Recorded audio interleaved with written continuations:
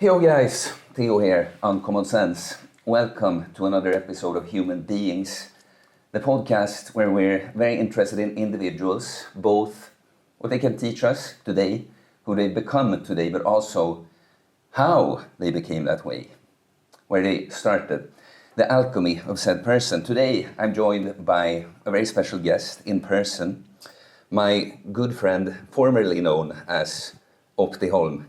I accidentally wrote down here, Opti Holm. I had to put a sub Opti Holm, correct myself. But Andreas Holm, he is a hybrid athlete, a functional bodybuilder, a philosopher, yes, a coach, he is a literal big brother, I see there. But I call some people that they are a sort of big brother figure. He's been that to me. And he's the most responsible man that I know. Hello and welcome, Andreas. Hello, thank you very much. So I always say this, that I give people little titles like that. Uh-huh. But how would you, if you were just to introduce yourself quickly today, who are you? First of all, I would introduce myself as the athlete formerly known as Opti Holm. So I am no longer Opti. I was Opti Holm for a decade, but I have now let go of that prefix, Opti Holm, and now I'm just the real Andreas. Mm-hmm. So that's just a small correction of the pseudonym. Okay. I would do, but I'm guessing that you want me to give some sort of description. Yeah, well, of myself. Absolutely, but first of all, you went through, so Opti Holm was the handle you went by. Yeah, that's just my handle. Yeah. Yeah, but then, pseudonym. Yes, but then when you decided to bury that, you went through a few different ones, and I kind of just laughed.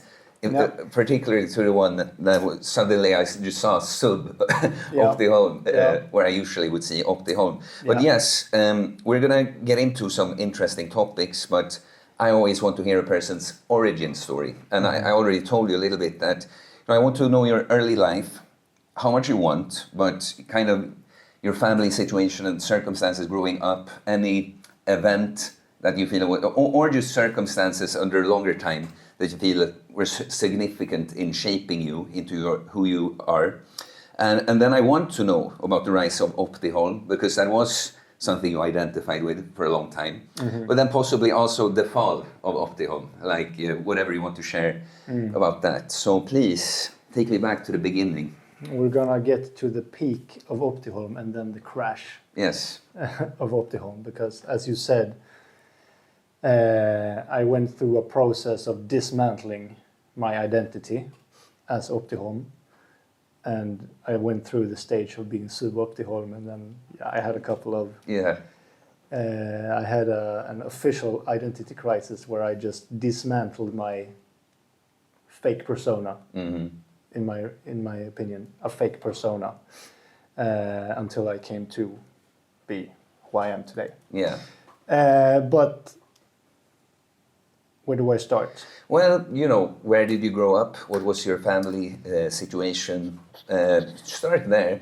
However much, I always say that some people are going to go deeper into that part. For some, it's just kind of because I'm interested in the alchemy, because as you know, and we're going to get into stuff like that, your family dynamics, like even being a big brother, but where both parents around, this kind of thing, you know as well as I do how much that shapes you. So however much you want to, but I want to at least get the basic facts there. Yeah, this could be a really long story. Yeah. But let's try to keep it to the bare essentials. Sure.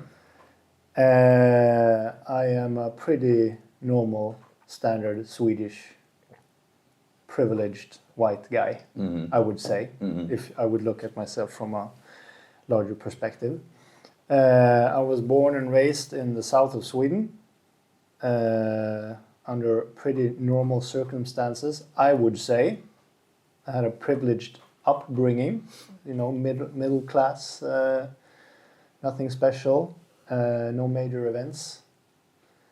But when I look back at it now, I had some pretty tough upbringing.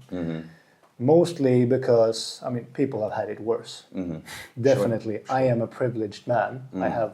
I have more than 99% of the population. But you can be privileged in some ways and underprivileged in others. So I grew up without a mother, or at least without any sort of close connection to my mother. I grew up with my father. My mother was an alcoholic and addicted to narcotics, sex, drugs, men, nicotine, alcohol, anything you could be addicted to, my mother was addicted to. Especially, so she was addicted to attention, basically. And so I didn't get to see, so my father distanced me from my mother at a very young age, before I was 1 year old. So I grew up without a feminine energy close to me, without a mother figure. Which I didn't think affected me much then, but I know now that it shaped my life, and it will continue to shape who I am for the rest of my life. But I think I met my mother the first time when I was like 7 or 8, which is when you're basically fully developed. No, not fully developed, but you're past the unconscious. Yeah, it's like up to 4. Stage. Lots of the just core programming. The programming goes on, Yeah. But anyway, and so I met my little brother and my mother when I was like 6, 7, or 8 years old for the first time. So I didn't actually identify as a big brother because I didn't know I had one. Interesting. For many, it is very interesting. And so like in early years of school and stuff, I was a pretty bråkig, difficult child. Sure. I was a difficult child. I never wanted to sit still. I had attention issues, hyperactivity issues, and motivational issues, so more or less some sort of bokstavskombination. Diagnose. I was gonna say ADHD because we've been joking around about that. But I would never go so far because I don't believe in identifying with diagnosis. Completely. So I wouldn't say that myself, but other people would say. Yeah. And so I went through the early years of school, pretty normal, some outside ship, where you feel like you're outside of the norm. I was definitely outside. I was the black sheep of my class. A bit of an outcast. I was the outcast, but I wasn't outcast. I wasn't that outcast. I was just a little bit on the outside. Very similar for me, I would say. That not completely outcast, but definitely... Because I almost chose to be an outcast. I was somewhat bullied, but not a lot. I wasn't the most bullied kid. But what would also because I'm a redhead, I got a lot of shit from stupid children. I was gonna say, when you said you were a typical Swede, I'm like, I don't know about that. No, but I just out of curiosity. You're a typical Swede. Yeah. I'm a special Swede because I have red hair, or I have orange or gold hair, but strawberry blonde. Strawberry blonde. Yeah. Is that your definition? Sure. Okay. Yeah, but we have the same kind of great quality to the hair. Yeah. Mine is just much more beautiful and golden. Yeah, I would say the same thing.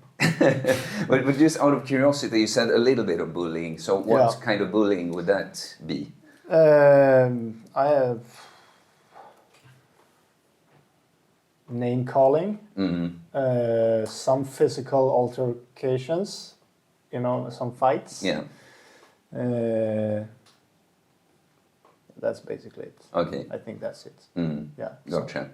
Some fights, but lots of name calling and stuff. Mostly because of my hair, actually. It's kind of funny. Completely undeserved. Yeah. Yeah. It just such a stupid thing. I had in my class in high school, I had 4 kids that had red hair. It's quite unusual to have. Yeah. I would make fun of them, but it was in a playful way though. Like none of them. There was specifically 2 girls. They were always hanging out. Also, I would also kind of Hallå rödtottar, like hello redheads, I would say. It was more like a nice thing. Yeah, but that playful. sounds nice because the type of bullying, the type of name calling I was exposed to was not nice. It was heinous. So I was really, really scarred just by that. And I was also almost the only redhead at my school. So if there are several, it doesn't affect you as hard. But I was almost the only one. So yeah. But anyway, and then in high school. High school, I was really nerdy. Geeky, nerdy. Sure. Lots of computers. Lots of computers. Lots of time spent in front of a computer. Lots of games. Because that's when gaming was under development in society. So I started when the first games came. I started gaming a lot. So I was a hardcore gamer for a couple of years when it was popular, especially during high school, which made me lose a lot of not lose, but a lot of my motivation for school was directed towards gaming instead, which made me not perform very well in school. I guess it must have been like the 2000s when you... It was exactly the 2000s. Yeah. It was my high school years was 2000 to 2003. So it was exactly the early 2000s. So I read the high school inriktning, you know, the kind of you can go like science or society or whatever it's called. Nature, and I was like a technical science major, so I did programming and computer science and stuff. And after that, I left school. I started traveling. Now I got a job, still living at home. Got a job, made a lot of money, realized that this is not life. Living at home, making money, and saving money. So I just saved a lot of money. Just what job was that? I just warehouse, just manual labor. So you kind of just make a lot of money because you're living at home and you don't really have any expenses. Exactly. And then I went out traveling, and that's when I'm guessing that's when Opti Holm was born. 20 years ago. 20 years ago, when I forcefully left my home. I just sat in front of my computer, addicted to video games, watching series and movies, and watching porn. And that's basically, that's it. And I was like, fuck this shit. This cannot be life. What the fuck am I doing? Literally avoiding life. I was avoiding life. I was hiding. I was hiding because 2 years later my mother was brutally killed. Killed? Yes, I wouldn't say murdered, but she was definitely manslaughter, you would call it. Okay. An accident. But it wasn't an accident. So she was, when I was 19, we can get back to this. Sure. I'm just going to go through it. She died under very tragic and sudden circumstances. And then, so I went into hiding, developed defense mechanisms, porn addiction, video games, watching, just computer. I was addicted to computers. I was addicted to screens, internet, I was addicted to hiding in the world of computers, where everything was fine, but it wasn't on the outside. I think a lot of people can relate to that it's not like necessarily gaming or this, No. It's just like whatever you can do through this. Anything inside of a screen, I will become addicted to, and so will most other people, because it's highly addictive. Screens and the virtual world, the digital world is addicting in its nature, because it never stops stimulating you. So I was just like, fuck this shit, I'm out of here. I took my money, I took a bag, I took my skis, I sat in a stranger's car and I drove down to France. I lived there for half a year, skiing, working, developing, actually starting, I think my life began there. I hadn't started living yet. So my life began when I left my boy's room, father's house, my home, my comfort zone, and I just brutally just forced myself to move out of my father's house into the unknown. That was what's the most scary thing I can do, and I picked that road.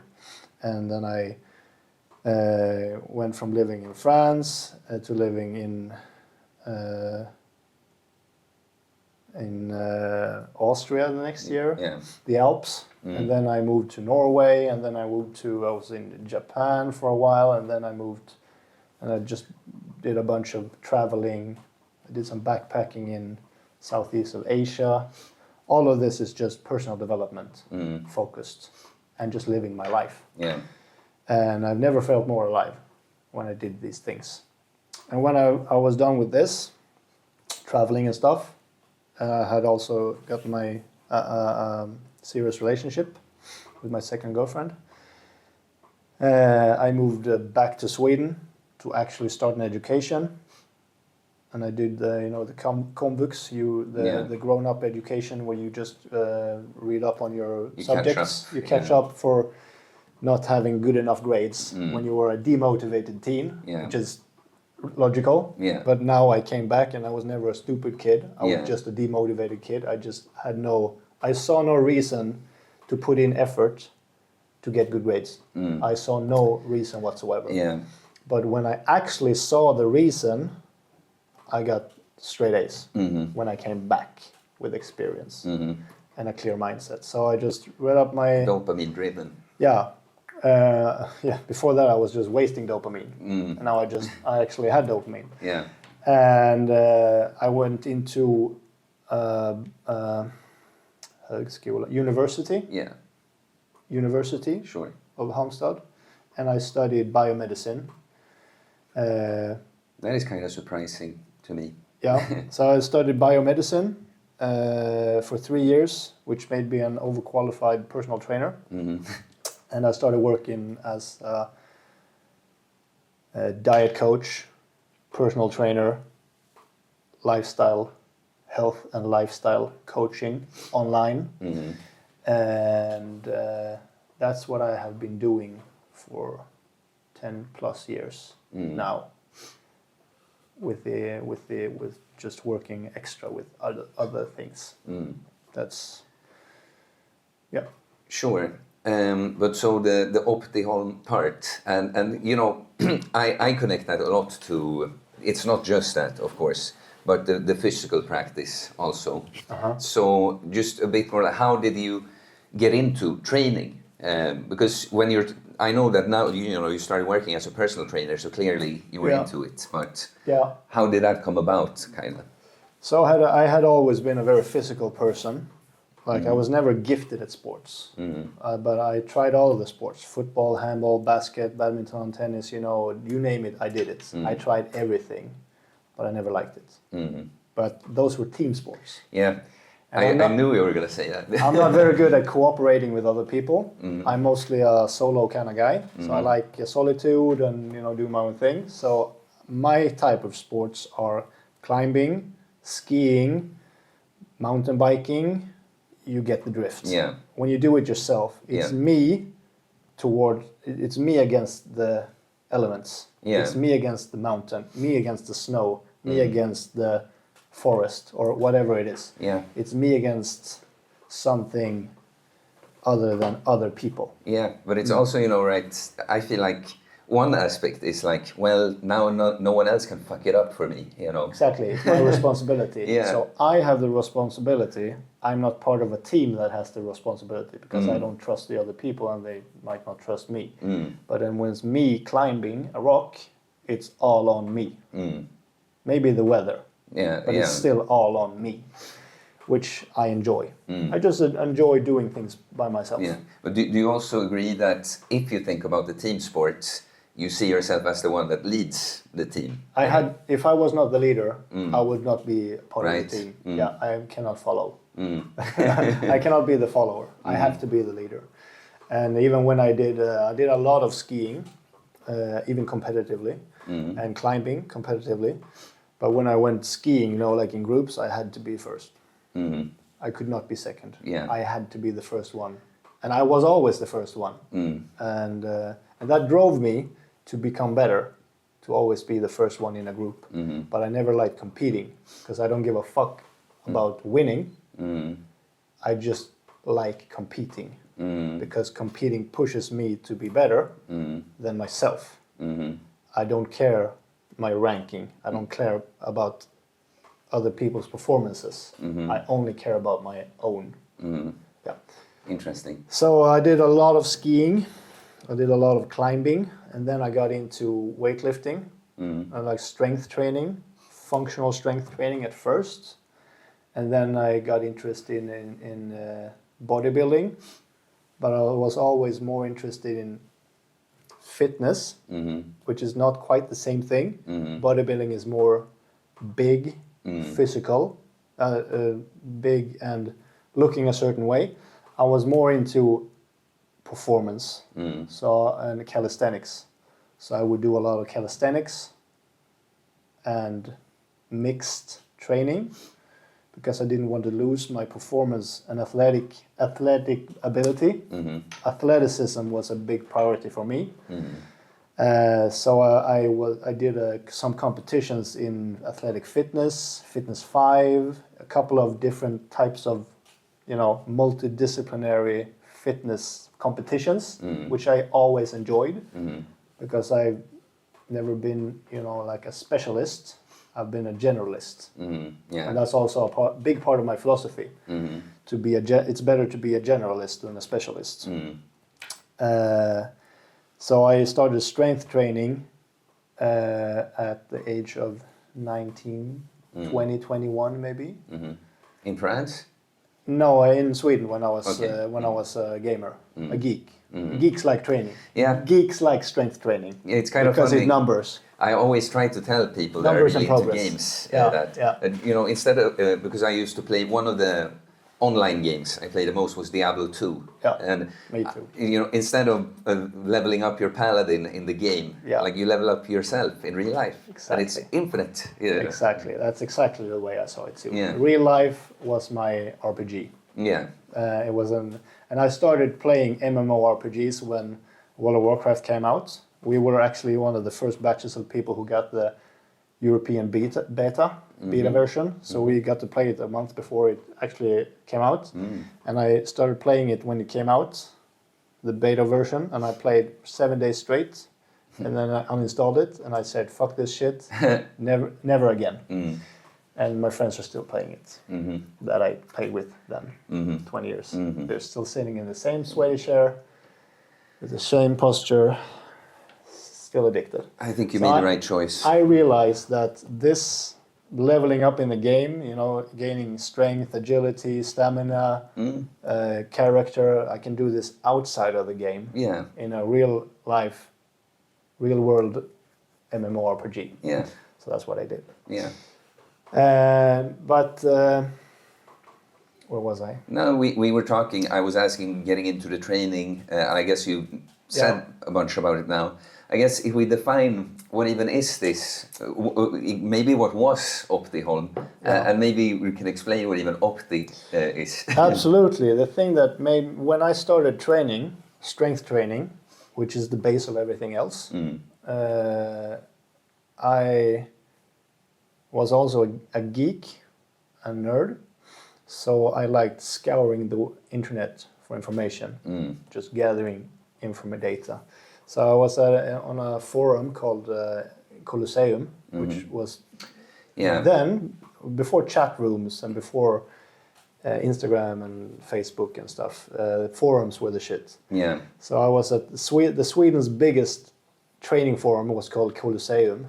And I was a pretty big profile there because I posted a lot, posted my progress, posted pictures and my thoughts, my philosophy and stuff. And I read a lot of, I learned more about training from reading forums than books about training. Yeah, because it's like a lot of actual people sharing what they do. Exactly, with experience. Yeah. The difference between information and knowledge Yeah. is experience. 100%. So I've learned more from anecdotal data of other people and then experimenting with myself than from reading actual books about nutrition and training, which is also important. But and on this forum, the concept of Opti was pretty widespread. So like, is it more Opti to eat brown or white rice? Basically, splitting hairs is what Opti is about. To optimize. What is the absolute most optimal choice in a given situation? That is Opti. If you have to draw it down to one definition. What is the most optimal choice in a given situation? That's Opti. And when I left the forum and started living my life in the real world, I grabbed the handle of Opti Holm. Because when I read everyone else's thoughts about what was Opti, I was like, why are they all so indecisive? Optinoia. Optinoia is when you can't choose the path. You can't make a choice because both choices are too similar. So you end up overanalyzing and becoming paralysis by analysis. And that's the definition of optinoia, because you are anxious. So you're so anxious that you cannot make a choice. Which is because we have too much information, information overload. And that's never been me. I've always been very decisive. Like, why are you, like, this is the Opti choice, why don't you just take this road? And I was always very decisive. So I felt like I was more Opti than everyone else. That's why I took the handle. Because you didn't get stuck I was never stuck on the choice. On the fork in the road, I was never stuck. I was just, it's better to take one step forward in the wrong direction than to stand still. So I identified as Opti. And I took the handle Opti to Instagram. And I have been training, strength training, since then. So that's 20 years. Almost 20 years. Almost as long as I've been alive. Almost 20 years of strength training. Or all sorts of training, actually. But you did focus a bit more on bodybuilding in the past, though, right? Yeah, absolutely. I've done bodybuilding shows. So I've been done like a nybörjar, as a beginners, like novice competition. I've done athletic fitness, which is also bodybuilding, posing competitions. I've done like online competitions, you know, where you just send in your pictures, body magazine. And I placed pretty well in all of them because you were Opti. Not from a I don't want to be like a humble brag, but aesthetically, I have a pretty. This is gonna sound so stupid. I have a pretty aesthetically pleasing physique. Sure. According to other people, not to me. Okay. So I would actually place pretty well in aesthetic competitions, physique competitions. But after spending a couple of years focusing on bodybuilding and coaching bodybuilders, because I was always better at nutrition than training. I was always the detail-oriented Opti person with the nutrition. So I was coaching a lot of big bodybuilders. And just, sorry, one quick thing is that when it really truly matters to be that on point with nutrition, you know, for most like recreational bodybuilding, you just have to be on point enough. But when you're doing competitive stuff, that's when you gotta... So I was a really good, like the end stage diet, all of the minute details that actually matter. That was my specialty. So I coached some big bodybuilders for big competitions, but after doing that for a couple of years, I realized the damage bodybuilding competitive scene of bodybuilding does to people. Not physically only, but mostly mentally. Yeah. Like bodybuilding ruins people's minds. Yeah. And I'm not saying bodybuilding as a whole is bad, but like the last 10%, 10-20% of getting in extremely good shape and developing anxiety, neuroticism, narcissistic traits, eating disorders. Yeah, body dysmorphia. Body dysmorphic disorders, like you completely fuck yourself up by pushing yourself that far for nothing. But you learn a lot during the way.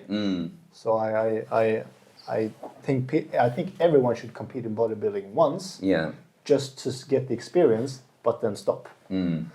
So that's my experience from like bodybuilding. Yeah, you know, it's funny because when you say that, you have said to me, when I brought it up, you're like, it's like you already have thought about it, like, yeah, you should try it once. Yeah. And so one guy, just a follower, he actually asked me just today, this morning, I woke up to like, are you any plans on competing? And it's just, I'm not very interested in that at all. But it is, I told him the same thing, like, well, no plans. But I've thought for a long time that I know it would be a good challenge and experience. Yeah. So actually, maybe it's like I'm getting the signs in a way that maybe this year, maybe next year. You should. I was talking to Henrik, our mutual friend. He was on the podcast also. Last year, Henrik Wallis, Minimalis. Last year, he was like, well, do you think I should do a bodybuilding competition this year? Like just a beginner's competition? I was like, fuck yeah, go for it. You're already in shape. You have about 4 to 8 weeks to just peak your shape. And just do some posing, and you will gain an insane amount of experience that you can use to help others in coaching and training and diet. And I think both of you should go all in for one competition and then back out after. Not before. Because you would learn a lot, and you should be like almost. It would be beneficial if you did it at the same time to support each other. Yeah, I was thinking if we were going to do the same competition, but on the other hand, we have very different physiques. Yeah, you wouldn't be in the same class. No, probably could do it at the same time, but probably not the same show. No. But Sweden has a lot of beginner shows, free almost. Maybe what is that one called? Lucia-pokalen. Yeah, because I think that's in Stockholm too. Yes, it is. Yeah, Fitnessfestivalen. So maybe I'll do that one. I did the one in Göteborg, and Henrik was aiming for the one in Göteborg. Yeah, it's called Alströmerpokalen. Yeah, and it's really close to Göteborg, and it's really small and friendly. Open to everyone. It's a great community. Everyone cheers for each other, the other person, and that's not always the case. No, nice. But okay, so you were Opti Holm for how long? It's hard to say. I haven't really come to a conclusion yet, but I would say between 10 and 20 years. It started 20 years ago, but 10 years ago it really took off or took hold of me. Yeah, took hold of you. So do you, like, for how, because I think it started as a genuine thing, right? Yeah, of course. It started as a very positive thing. Yeah. And so what happened? Well, everything bad always starts out as good. And has a lot of benefits to it. So basically, to summarize it, I would say that as a defense mechanism to the horrible things, like tragic things, traumatizing things that happened to me in my life, that wasn't because of me, but just happened to me. I developed a persona as a defense mechanism to deal with it. Mm-hmm. So in my words, I developed a personality that saved my life. Mm. So Yeah. I am very grateful for the version of me that I developed called Opti, because he saved the real Andreas' life Mm-hmm. when I had to go through these difficult things. I had to I had to develop this persona, and then I held on to it for a little bit too long until it didn't actually help me anymore. It actually was the opposite. It held me back, because defense mechanisms are good at the beginning, but if you can't let go of your defense mechanisms And move on to the next one, kind of. and develop new, better, Yeah. efficient defense mechanisms, they will hold you back. Yeah. And that's exactly what happened, in my opinion. Yeah. Interesting. Just to, the difference with me, I think, is first of all, I got into the physical stuff way later. Like, I did some sports when I was younger. It was so obvious when I finally got into training. Of course, I'm the kind of person that's supposed to be physical, but life just pushed me in a certain way. It's like I didn't even think about that, But the persona I built up really was before I became more of an Opti version of myself, Like, I was, well, the way I always talk, kind of not so nicely about my past self is, used to be skinny, fat, loser, hedonist, nihilist kind of guy, and then describe the things that I did. The same. But I had a huge ego then. I made yesterday's video. It was the king's mindset that I did, and I talked about you're not the king because you claim you are. You proclaim loudly that I am. Yeah. It's something you just are. You embody by your way of being. Yeah. And I really wanted to play it off, really seem and tell stories about myself. Yeah. How I did this with this girl, or in this situation I did this kind of thing, or I'm so good at this, Yeah. So that was my kind of overblown ego persona. Yeah. And then when I went through the panic attack thing, I was the most egoless I probably ever was in my adult life, or from the teens, really. And so when I became more uncommonsensetheo, that would be my Opti Holm kind of, it was extremely genuine at all times, But then what I want to get to is how it's interesting, and I know you agree with me with this, that things that you haven't completely dealt with. Because now what happened to me with the panic attacks, let's say that it's really this deep, what I have to dig. It's like I remove a lot of things here. So it's like, it seems like I'm all clean almost. Yeah. But then as life goes on and you sort of get re-traumatized because you have new experiences that rip up old things, now something happens. And so what happened to me that we talked about is at a time when I moved to Greece. That's when I built up a more toxic version of uncommonsensetheo. Yeah. Where Toxic for you. Yeah. For yourself. Yeah, for me. Self-toxic. Exactly. But, because it is part of my personality that I can be quite arrogant and assertive and kind of lecturing, like both in a harsh way but also in a comedic way, sort of. But that just went way too far, and I just felt like I'm supposed to be this superhero figure, no weakness, no nothing, like that. And that's exactly how I used to be, cannot display the weakness, and then Unbalanced. Unbalanced. Yes. Version, yeah. Yeah, and then life events happened that really made me feel terrible, and now I'm stuck in this situation where I've created this thing that I feel like need to live up to. That because for a while maybe you can, even if it's kind of toxic, maybe you can. Yeah. But suddenly I just could not at all, And I told you for a while I feel like I've ruined something that was good, it was good all the time. But it wasn't sustainable. No, but before, it was good up until a point where I started not seeing that if I had been on a good path, I didn't see how I started straying from it, And then it feels like you just fell off it completely. Yeah. But, after a lot of time has passed, even if you deviate from the path by just 1%. Yeah. And you keep doing that. And you keep doing that, 100 days later, you'll be 100% off your path. Exactly. Which is too late, because then then it's hard to get back. Yeah. And as you said, you build up. As it it always starts as a very positive and constructive thing, as it did when I started social media, because I've always had a attention deficit, but not a disorder. Attention deficit means that you experience yourself as having too little attention because you didn't get enough attention, which means that you seek attention.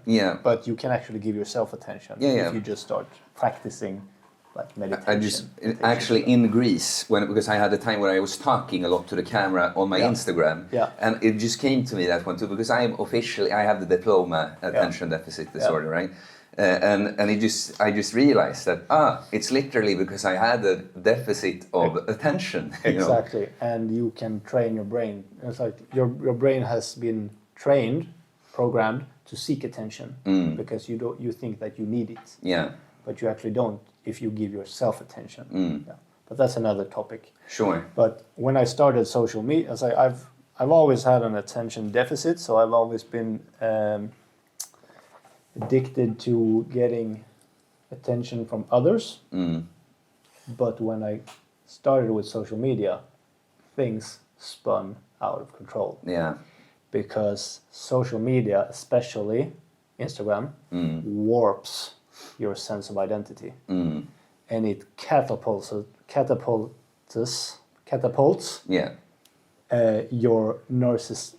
baseline narcissistic traits and insecurities out into space. Huge amplifier. So for the first 10 years, 20 years ago, that I was developing a new persona, it was only positive. The Opti version of me, the better version of me, was developing me into a better person. I was just being a better person.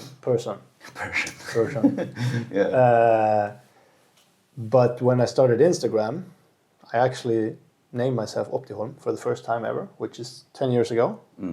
It's more than 10 years ago. And as Instagram grew and changed into more toxic environment for everyone involved, even the positive shit on Instagram is degenerative. Like it has negative effects. It's too much, Everything is just too much. My attention deficit grew.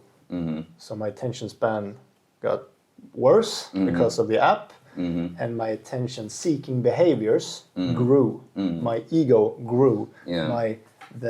The persona, the facade that I had built of me, myself, being better than I actually am, grew, which gives you imposter syndrome, which makes your self-esteem go down and your ego go up. And this is the definition of a narcissistic personality disorder: low self-esteem, low self-worth, high, grandiose self-image, which is catastrophic. Maybe even high confidence but low self-esteem. Absolutely, overconfident. So, So, like the Opti Holm, the persona of Opti Holm was an overconfident person. Always assertive, always Opti, always good, only good. Perfect. Yes. Perfectionism. But I knew in my head that it was an ideal, because we always have to strive for. We're not all perfect, but striving for perfection is perfection. So it's just I want you to go on, but it's just so funny how it's so similar to what I did. It just takes. I had a mantra that I think is kind of cool, but it wasn't good because it's like I'm not perfect, but I'm working on it. Was the thing? Because I admit I'm not perfect, but I almost made it. It's like that. See how perfect he is. Like even when he's being that perfect, he's saying he's not. Which is perfectionism. Which is perfectionism is so toxic because it's perfectionism is rooted in the idea of that you're not good enough. And no matter how perfect or good you actually become, you can't see it. You're never good because enough. You're not literally because you're never divine perfect. And no one is, and no one can be, and because in the bottom of your soul, you will always have this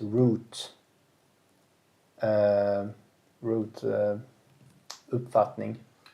Like belief? A core belief that you are not good enough, no matter how much you do, who you are, like anything. And a lot, like almost all of training, diet, success in like social media is rooted in the core belief that you should do more. You are not good enough, which is incredibly toxic to you, like to you, not and everything around you, but mostly to yourself. Which is why I had to let go of my fake persona. Yeah. So it's interesting because you and I talk a lot about balance, right? Because you should strive to be better at all times, but it cannot come from that place of because that's what it's really is with low self-worth, right? That it's not that you just want to improve. It's that you feel that you aren't enough, so you have to constantly and you're gonna see proof only that you're not good enough. You're gonna miss out on everything that you're actually good at. Yeah. That's it. But so I mean, we can. I prepared a little. I mean, you even have the. I have your notepad. My notes about friendship. Those are my ideas. Yeah, exactly. No, but I wanted to talk a little bit about our broship I wrote here. And before you go on, I just remember what I was going to say. Please. Balance is my number one priority in life. Like I've always been, will always be my one core. I have a lot of core beliefs and core values, but balance is probably the first. Yeah. And the top of the list. And as you said, you should always strive to be better. No. You should strive to be better most of the time. But if you prioritize balance, you cannot always improve. 50% of the time, you should practice being good enough. 50% of the time, you should practice acceptance, self-compassion, self-love, self-empathy, which is not striving to be better. Sure. And 50% of the time, you should practice being better. But when you get stuck in this is the yin and this is the yang. Yeah. Yin is the feminine, like you're good the way you are. Yeah. And yang is the masculine. Yeah. You need to do more. You could be better. Gotta be better. If you get stuck in one, then you will eventually hit a peak and a crash. So balance is striving to be better 50% of the time, but accepting yourself for the way you are, good enough, 50% of the time. And that's the challenge. Yeah, sure.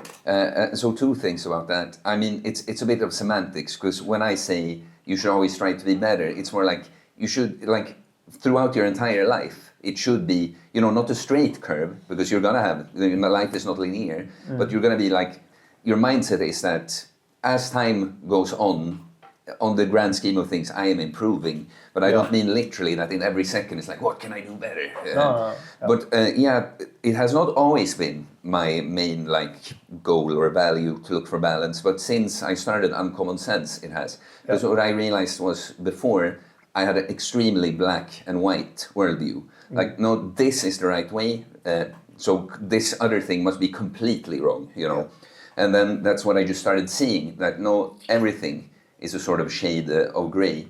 And it was actually, because we both know him, David Eriksson, just the word balance he kind of gave to me. Because I think about a ratio of things. And when he talked about balance, I'm like, yes, that's what I've been on about all the time. There's an optimal ratio of everything. Yeah. It was kind of funny. It's again with just semantics, because, Henrik, when he was on the podcast, he said that, something in my, however he expressed it, my rebels, or my soul rebels when people talk about balance. But he meant it in a completely different way. More than when you talk about, moving forward and that, it's like, what about, you got to treat yourself kind of thing. Which is true, but most people that say that, they are too unbalanced towards treating themselves all the time. Yeah. But yeah, I just want how you and I got to know each other. It's kind of fun because I definitely got to know Opti Holm, you know, and I told the story and took it as an example of you know, being triggered. That when I saw you, first I told you recently, you somehow, I must have showed up in your feed or something. You commented on something I posted. Yeah.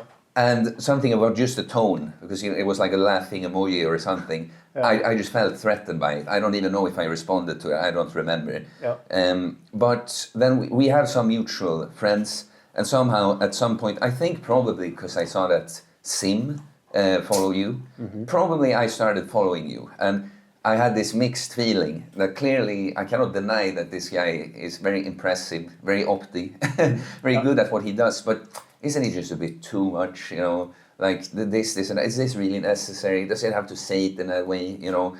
And maybe there's some part of that overconfidence, but really I'm both picking up on probably what is both a weak, like both that I might be that way sometimes myself, but on another way maybe, because I think a thing like that, being assertive, you know, there's a like you gotta be that too, as a leader, coach, influencer, literally. Yeah. So I think it was both that I could see, like a way that maybe I sometimes assert myself too much, you know, but also I think what I realized in the end, because I thought about this, I'd come far enough with myself that I know that if I'm triggered by someone, especially when I see that I like a lot that they do, it says more about me than that person. So I think too that it was just that I felt like you could own that part in a better, like, no, I am, you know, I know what I'm talking about. I'm, you know, and so from that point, I just thought you, well, I said I loved you from that point. I thought you were very cool. And at some point, I just responded to some kind of trivial story. And from that point, yeah, when you started following me too, when we started having a back and forth. And actually, just one thing, talking about this, just presenting the perfect image. Because I think just because how I started with this, when you were talking about the social media and that, because I came from a place of having been like at rock bottom and really like owning that, you know, I used to be this, I was crap, I was terrible in this way, you know. Yeah. I think I started challenging you at that point a little bit to like open up about that part. Because I remember that you said that I accept your challenge to also share a little bit of that thing, you know. I think it was you shared, well, it doesn't matter, it don't have to be too personal, but you shared something that to me was like, that was really helpful to me, that the guy I now found and really look up to, that I got to see that part too, that was really helpful to me, you know. Just not just the persona. Exactly. The character I was playing. Exactly. Yeah. Yeah. And, you know, I guess I just wanted, because we talk so much about these things, I to kind of talk about relationships. And so ours can be an example, but, and I also, some things, because I just kind of think it's funny to talk about literally you and me, some polarity I see between us. You know, I think you would agree with this, that in our relationship, I am the more the yin energy. Over? You know, I've written down some... Yeah, right now you are. Yeah. Right now you are. Yeah. Not in a relationship, no matter what, romantic, friendship, brother, sister, doesn't matter. You always change intermittently from who is yin and who is yang, who is masculine, who is feminine, who is leading, who is following, who is the teacher, who is the student. So maybe right now you may be the yin. Well, but like, I'm right that the yin is the feminine, right? Or did I say it wrong? Yeah, yes it is. But I was like, if you would ask the same question a couple of years ago, I would say no. Okay. For example, don't ask me when. Don't ask me for specific details. But sure. Yeah, it was just a side note. Yeah. No, but so one thing is just when I wrote down about the friendship here, I just started because I knew that we were going to do a podcast. So I think there's some kind of good notes here. So you go through them with me. Okay. Before we do, when we met through Instagram, obviously, and I have met a lot of good people from Instagram. Yeah. Because I think social media is not designed for consumption or expression. It's called social media. Yeah, but it has become pseudo-social media. Yeah. So it's anti-social media. But I think when I started social media, I was like, this is fucking stupid. Like, this is not social. If I'm going to use this, I'm going to use it the Opti way. Yeah. I'm only going to spread inspiration and constructive criticism, and I'm going to provocera. Provoke. I identified as a professional provocateur, so as a professional provoker and inspirer, which is what I needed when I was younger, but what didn't exist. But my idea of social media was that this is supposed to be used only for good and making real life connections. Yeah. So when should we meet? Not let's have a conversation on the internet. Yeah. Because that's not good in most cases. For example, I met Henrik at the social media. Like, very similar. We have the same interests. Should we meet? Yeah. Of course. Yeah. Not everyone would be that courageous to just meet a random stranger because they say they have similar interests. Yeah, but we do. That's exactly what we did. Also, people fear rejection, right? Yeah. That you ask, and it's like... So that's what social media is for. But I remember when I first saw your page, I don't remember how. It was just like, for slow, like recommendations. And I was like, I came into your place and I was like, triggered. Triggered. And I was like, this is me. This is me 10 years ago. That's exactly this is a previous version of me. Yeah. He is somewhere on the timeline of where I was, I don't know, 5 or 10 years ago. I was like, and it's triggering me. It's not good. It's not good for me. Yeah. Like, listen, so I was like, fuck this guy.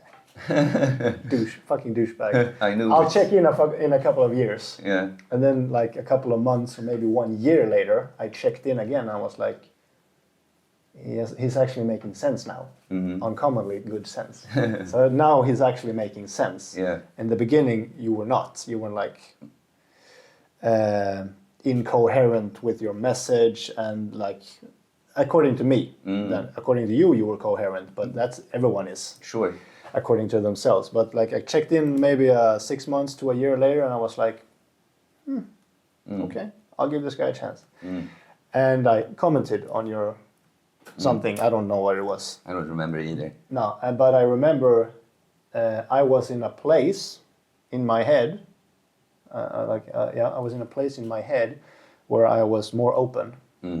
But the first time I checked in with you, I was closed mindset. And then I came in the second time, I was like, let's see how triggered I can get and still get something out of it. And that's why when we had our conversations and you gave me a challenge, I wasn't like, no, please don't. I was like, okay, if you say so, I'm open. Give it to me, you know? You can't break me. Only I can break me. So that's how we, and then we actually started having real conversations. Yeah. So you have to let your guard down first. Yeah. Oh, that's interesting. You know, I assumed you felt something similar at some point. Yeah. And of course, before we move on,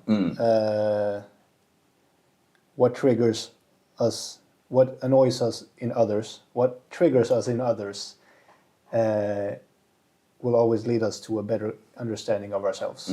So whatever you're feeling triggered by, or annoyed, or irritated, or hate, if you hate something in someone else, you're actually looking at a mirror. Yeah, and that's a very interesting thing. You know, I think the way I view it when looking at the mirror is that, and that's the thing with the polarity in relationships too. When you look into a mirror, you're literally seeing yourself. But the opposite. Yeah, it's both the exact same, but it's also the exact opposite. Yeah. You know. And so I just wrote down some funny things, or like you can say what you think about them. But when some polarity I see in our relationship is that you think sometimes I over-explain things. Yeah. I think you under-explain things sometimes. That it's like, you know, because it can be like if someone talks too much, it's like you're not listening, you just want to talk. Yeah. But if you don't say anything, I don't feel like you listen either. You know, did you even like it? You know, Yeah. and I feel I'm the optimist and Yeah. you're the pessimist. Yep. And That's why I developed Opti because I am in nature a pessimist, yeah, and I had to develop an opposite persona who was an optimist. And one thing to say also when we talk about it's a polarity, it's just in comparison by each other, right? Like because now one I want to say is I'm more emotional and intuitive, and you're a bit more logical and calculated. But I'm obviously, you know, uncommon sense. Logic is also part of what I do. Yeah. But that's what I see here. Last one, because I didn't want to fill this with all of this, but I put anxious and avoidant. Yeah. You think so? Yep. Yeah. And you prone to anxiety, and I'm prone to depression. Exactly. So we are at two ends of a spectrum. Yeah. But it doesn't have to mean that we're two at the maximum length distance from each other. No. Like if you say that you're intuitive and I'm logical, Yeah. like it's more like we're pretty close, but you're leaning that way and I'm leaning this way. Yeah. But I'm trying to go that way. And I try to. And you might try to go this way. Yeah. So ask us again in a year, and we might have surpassed each other. Could happen. On the scale, maybe. Could happen. Yep. Yeah. But that's the thing with a polarity. There's, like you said, it doesn't have to mean that it's out here. It's just that by comparison, you know, Exactly. You're opposites. Yeah.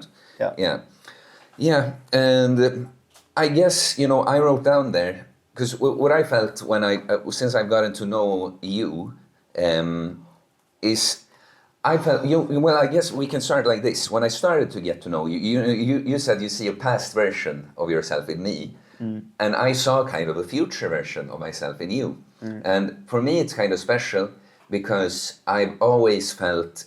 Obviously, a big part of it is growing up with an autistic brother. That I've always felt like looking out for someone like less younger and less capable than myself. Yeah. It's just that that's kind of an extreme example. But most relationships I've had, I felt like I'm the one kind of looking out for the person. Maybe I feel like it's some of my twin brother, I guess, you know. Yeah. And when I got to know you was kind of the first time ever I felt like more a big brother. And the point with a brother too is it's not the father figure, you know, because then you're completely above me somehow. Like, you know, but big brother just means kind of like, no, we're equals, but, you know, older, wiser, more experienced kind of thing.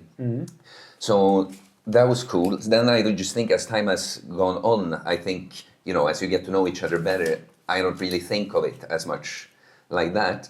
But instead, what I feel a lot in our relationship is that it's extremely equal and balanced, you know, because I feel like I try to work on sometimes not being too independent, hyper independent, you know.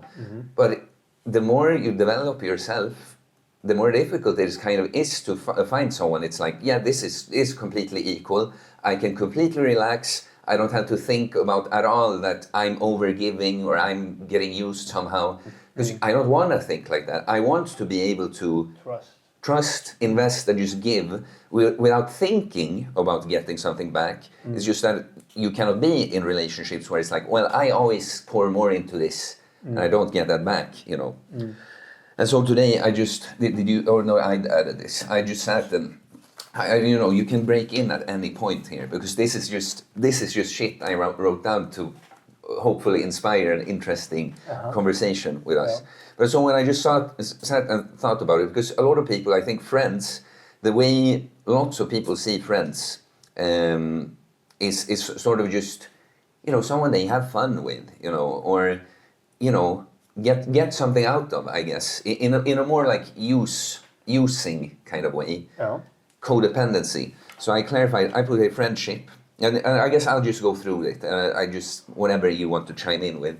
It's an inspiration, because, you know, a bit in a polarity that someone is different, you know. That it's like, maybe, okay, he's coming at it from that angle, maybe I should go more towards that.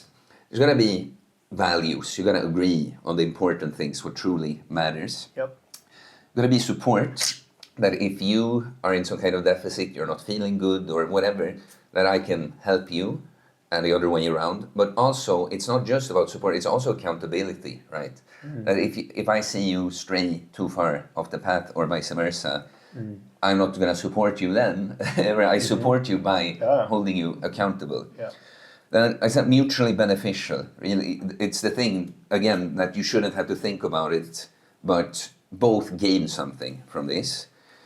And then I kind of add on to this, I guess. I win if you win. And that's the way I want to feel. If you succeed completely in the... It's not that, oh, I win because if you make this kind of progress, I directly get something from it. That's how I just want to... The dynamic should be. Yeah. I guess it's support because too. if you win, I don't gain anything from it, but I'm inspired. Yeah, right. Because if you progress, you radiate inspiration. So I actually do. I win if you win. Yeah. Because I am inspired by you winning. Exactly. Unless I compare myself to you. Exactly. That's not good. Yeah. Comparison culture. And the last little thought bubble I put was boundaries, because no matter how equal it is, like that, we're still never the same person. So we're not gonna want to do things exact same way. We're gonna function a bit differently. So we gotta have, boundaries. Boundaries create a balance in a sense. Absolutely. Because we cannot just do things the way you want them or the way I want them. And then the conclusion was kind of that both are, in a parenthesis, actually better off. As in no one-sidedness and also no codependency. Because that's what I saw with a lot of my relationships in the past, was that maybe it wasn't one-sided, but it was the opposite of mutually beneficial. It's more like, no, we're keeping each other down in this relationship. Yeah, yeah. You have anything to add? No, that's a lot. That's a lot. No, I think it's all good. I have a much simpler definition. Sure. Of a relationship. No matter what kind of relationship it is. It may be romantic. This could be, sorry, but to be clear, it didn't have to be friendship. It could just be relationship. It's just a relationship, but it could be parents to child. It could be romantic. It could be friends. It could be business partners. And that is, if I cannot help you move on in your life, if I can help you grow or move on in your life, if I'm holding you back, we don't have a relationship. If I have a relationship with my girlfriend or wife or whatever, and we are no longer helping each other take the next step in life, the relationship is dead. And if we as friends cannot help each other grow, I can't push you anymore, I can't pull you anymore, I can't inspire you anymore, we do not have a relationship. If a father figure is no longer pushing me to grow, pushing me to outside of my comfort zone, pushing me out of the bird's nest, he is no father figure. He's holding me back, and I have to leave him. And vice versa with all of the other types of relationships. Like if we cannot help each other move on in life, take the next step, and that includes all of this.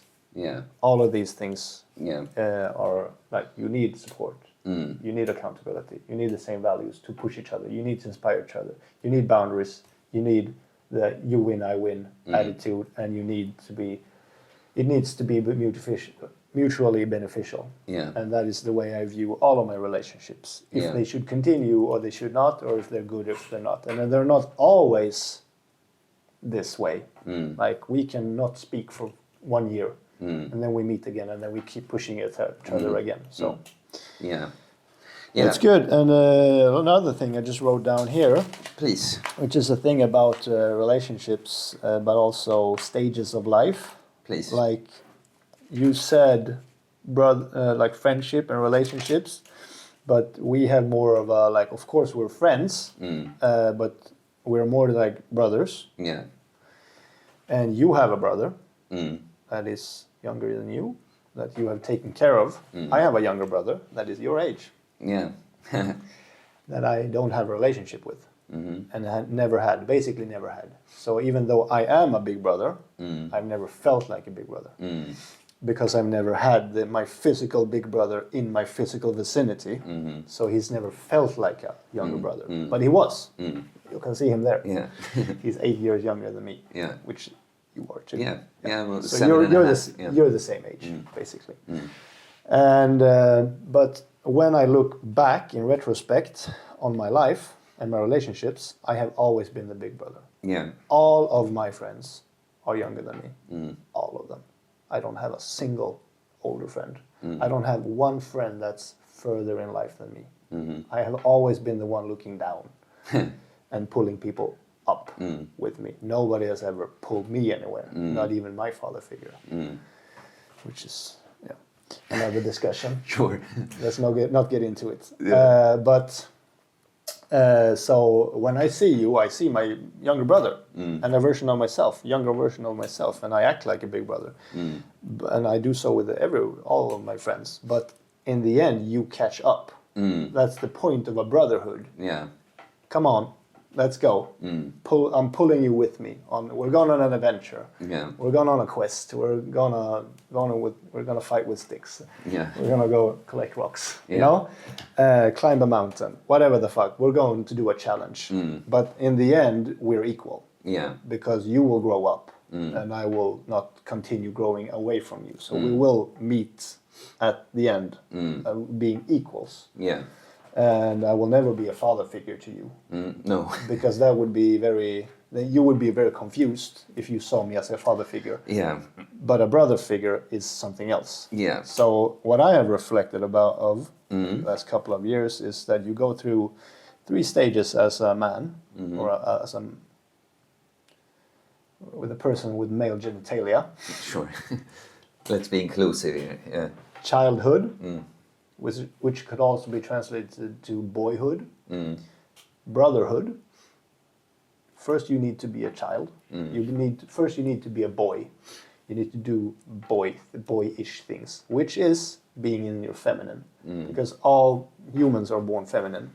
Men, like boys are feminine until they hit puberty, and then they develop masculine traits. Yeah. So everyone is born in the feminine, but masculine is not. You're not born masculine. You develop masculinity from challenges and hardship and resilience and stuff. So first of all, you need to be a boy, and then you need to move into the next stage, which is that you need to be a brother. You need to be a brother to your brother. You need a brotherhood.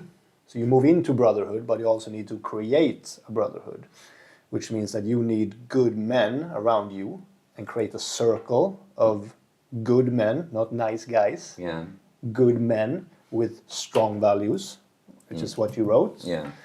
Accountability, support, inspiration, and all of these things that you actually wrote in a fucking ring, which is how I view it. Yeah. You have the eld, like the campfire, and they have men around it, which is what we have lost in today's society, society. So after being a boy, you need to be a brother, and you need to be a good brother. You need to be a good younger brother, if you are one, and you need to be a good older brother. An older brother leads, a younger brother follows, and they both develop. Yeah. But after brotherhood, you need to go into fatherhood. So you need to become a father figure. It doesn't mean you need to have children. That's the big difference between being a dad and a father. Like anyone can have a kid, but not everyone can be a father. And you need to go from childhood to brotherhood, and then you need to move into brotherhood into fatherhood, which means that you need to develop even further into your masculine traits and take care of a child that can take care of itself, which is basically how you have treated your younger brother. Yeah. So he's not really your brother, he's like a child for you. You have been the father figure for your brother more than you have been a brother. Because can you ever see him moving up to your level? No, of course, that's true. Which makes him, I'm not saying he's not your brother. No. I'm saying that in relationship dynamic wise, you have taken more of the father figure role in that relationship. And we all need to do this. We all need to move into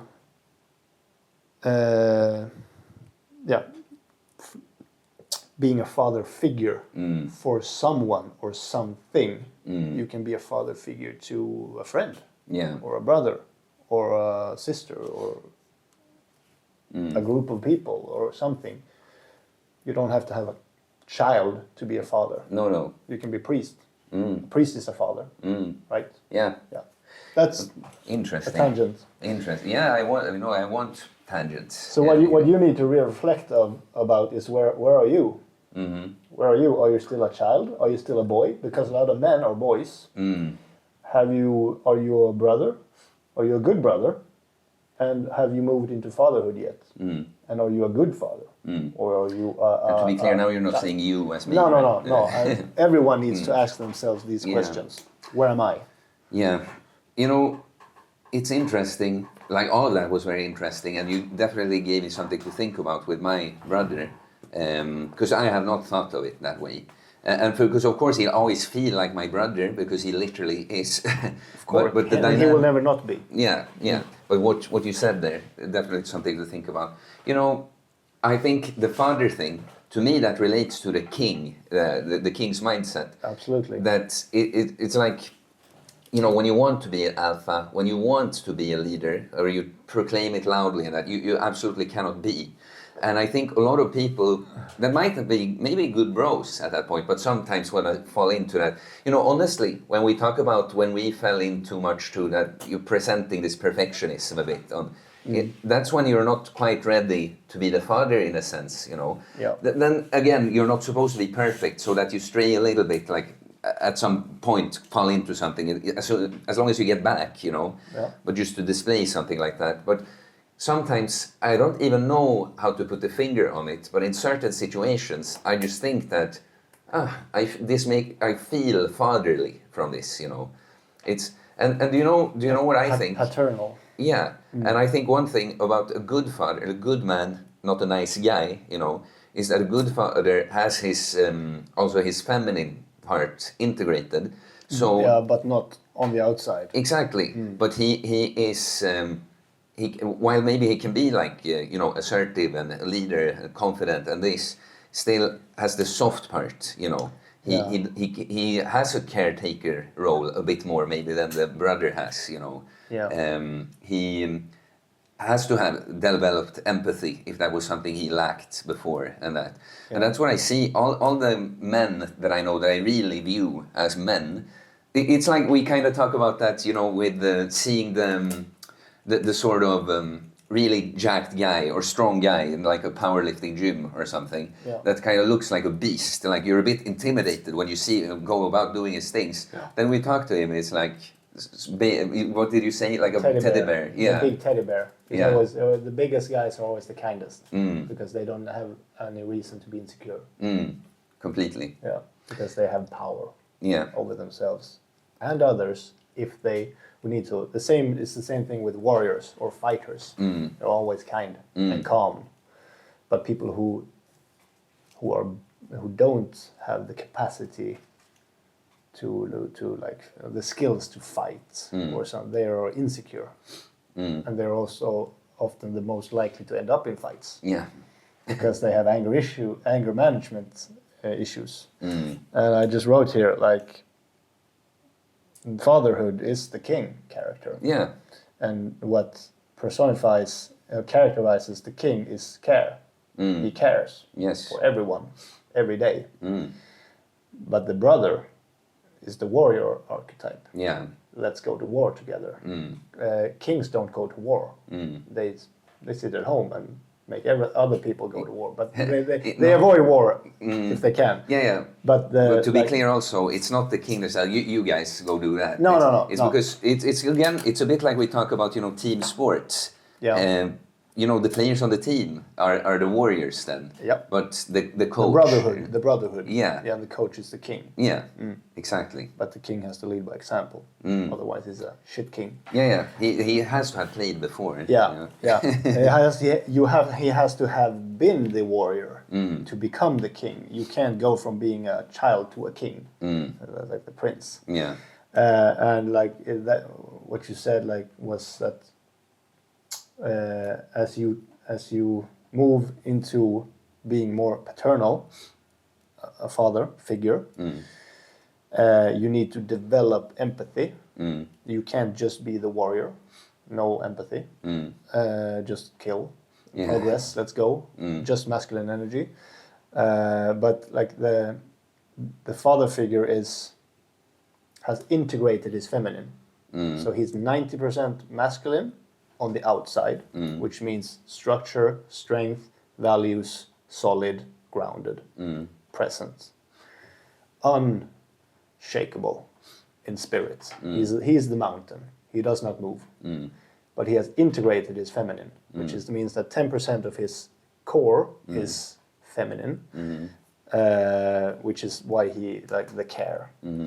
The child is 90% feminine and 10% masculine, because it's just femininity over, let's explore, let's go with the flow. The flow boys are feminine, like, let's just see what happens, pleasure, and soy boys, feminine persons. And a lot of adults can be boys. Oh, yeah. Yeah.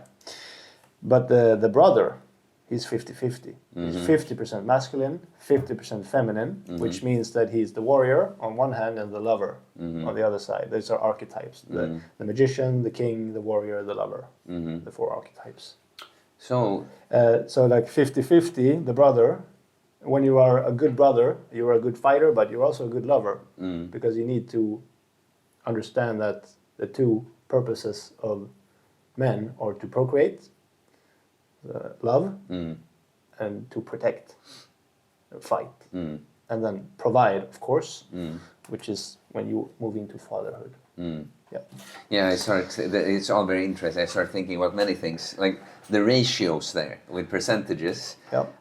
I'm not sure. It's like, on one hand, I almost think that you're supposed to come closer. It's a little bit, I guess it depends on how you view it, but in a sense, we're talking about balance, right?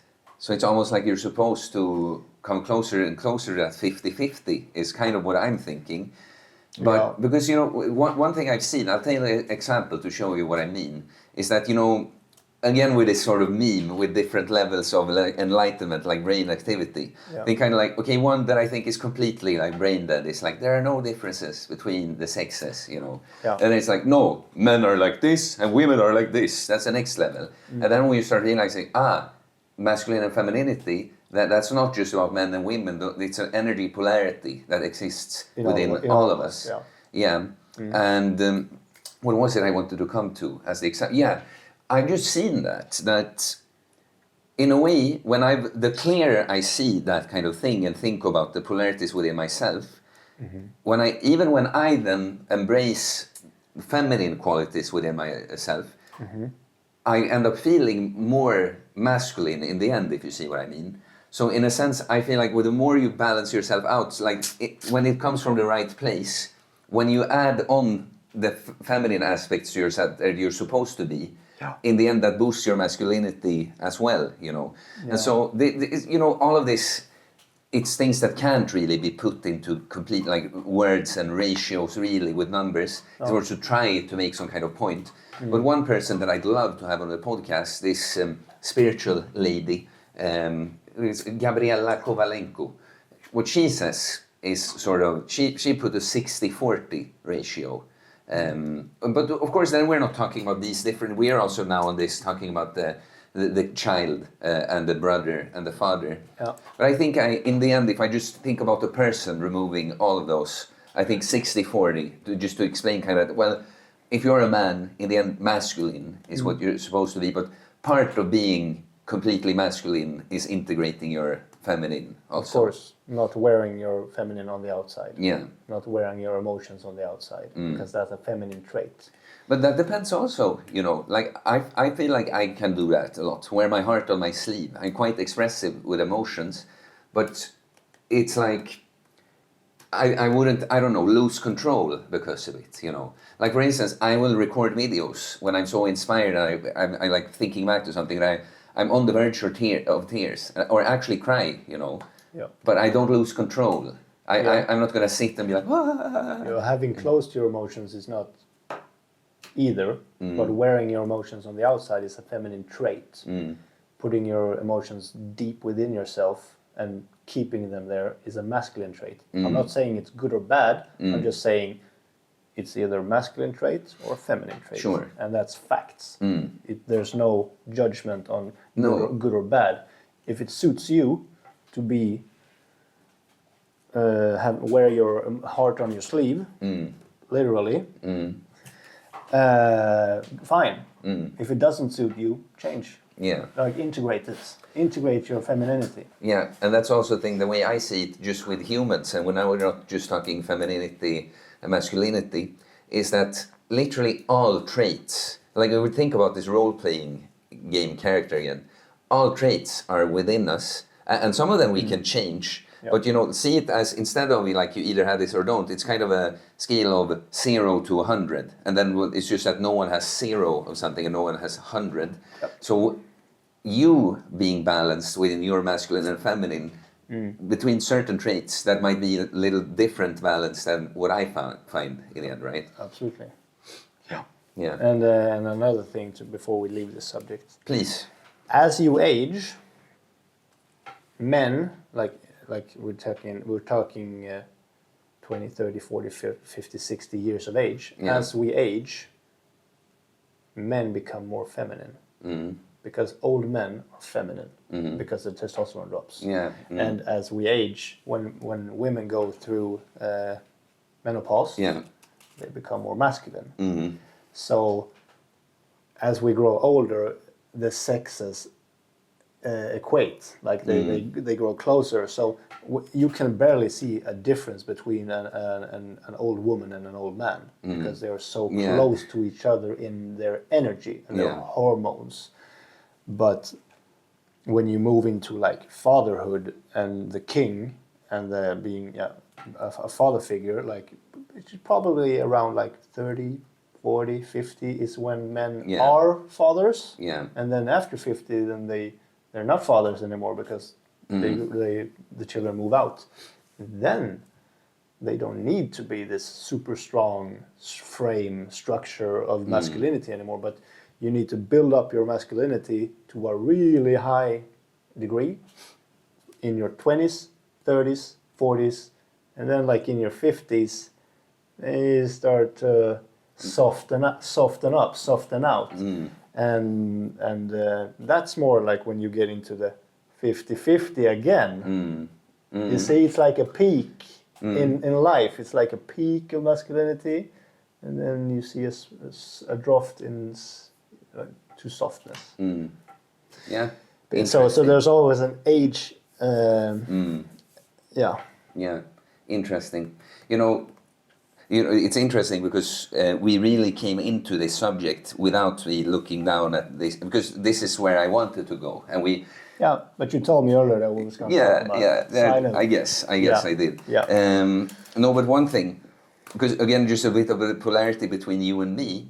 I think empathy, for instance. I have, if anything, I think when we talked about it, it's a long time ago now. But I want to be clear also that I used to mistake empathy for like actually caring about people, and now I realized it's more about being attuned to people's emotions. So it might be a strength in some ways that you know how to care for someone because you can just without even thinking about it, you can just kind of sense, Yeah. But empathy can also be, very selfish and the opposite of caring of someone. Yeah. Because it can just be like, oh, I don't feel good, that you don't feel good now, so I need to fix it because I want to feel good. Yeah. Or maybe it keeps me from telling you what you need to hear because I don't want to hurt your feelings or something, Yeah. But I think for you it was, because I feel like I've had to learn to kind of contain the empathy and not just go with it completely. But I think for you told me that you kind of had to work in the other direction almost, or? Yeah, quite literally, I had never felt empathy in my life until the first time I ever felt empathy was when I did mushrooms at 21 years of age in 22, 23. 23. I was 22 or 23. So the first time I did like literally magic mushrooms, like psychedelic mushrooms, was the first time I had ever felt the feeling of empathy. So I was completely blank for 23 years. I had never felt a feeling. And then when I did it the first time, I was like, what the fuck is this? I can actually look into your eyes. Like I was on the streets. Like I was in Bali, Indonesia, backpacking, and it was legal. Yeah. For the camera, it was legal back then. Yeah. I haven't done it since. Of course. And I was in the streets after my mystical experience with my emotions, and I was like looking at people, and I was like, I can actually sense what you're feeling. It was like a big shield had dropped from me. So I felt empathy for the first time in my life when I was 23, I think, 22 and a half. And which just made me realize that I need to, for the rest of my life, I have to make an effort to feel what others feel. So I have to train my empathy because it does not come naturally to me. Yeah, it's interesting, you know, and that's something I guess that because you know this, but since I discovered it, I notice how people don't really think about that, but that even a trait like empathy is something you can kind of cultivate, you know, because it's like literally anything. Because it's like, how do you do that, you know? But literally anything is kind of like, well, you just have the intention, you know? It's like, okay, I need to be looking out for... So maybe in your case, maybe it starts on a very intellectual level, you know? Yeah. That I had to think about, like, how could a person feel about it, you know, something like that. Yeah.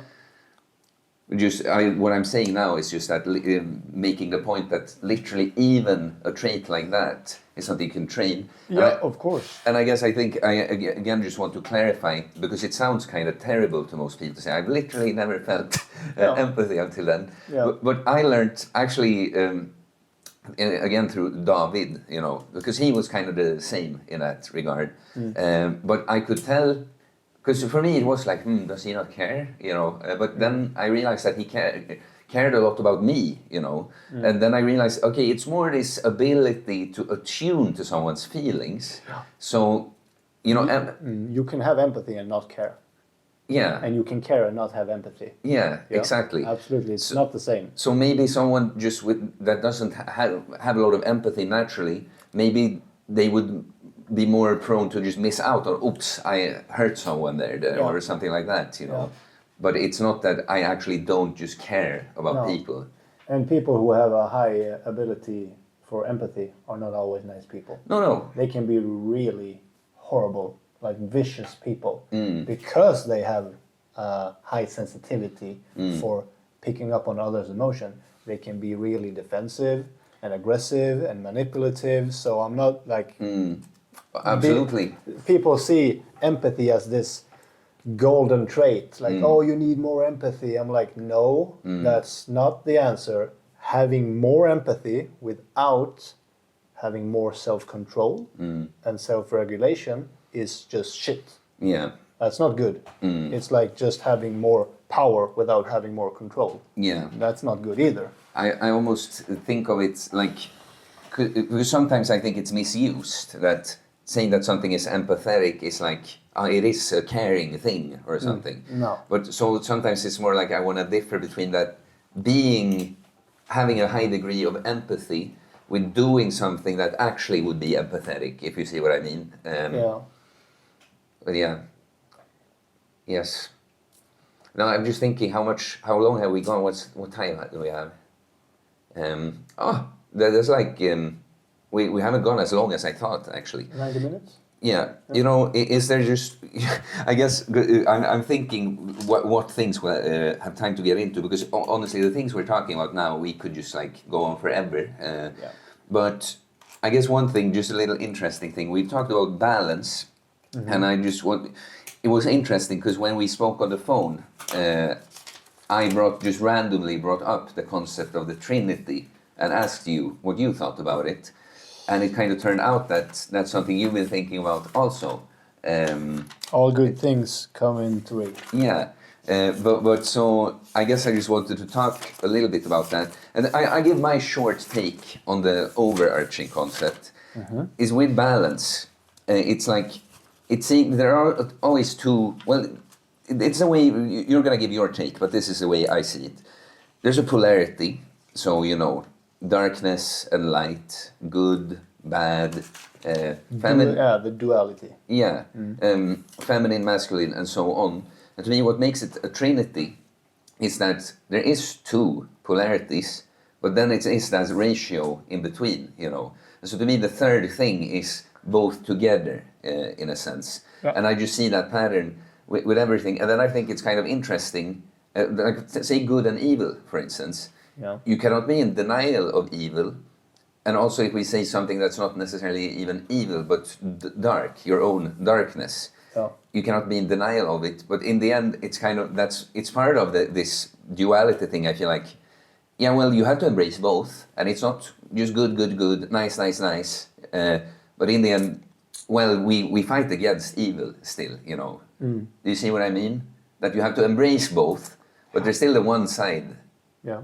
So it's like and that's to me, it's the trinity that. No, there is no good and bad. Like that's just a polarity, but there is though, kind of. I don't see it as destinations. I see it as directions. Yeah. You can move in the direction of good or the direction of bad or evil or whatever you want to call it, positive, negative, destructive, constructive or destructive.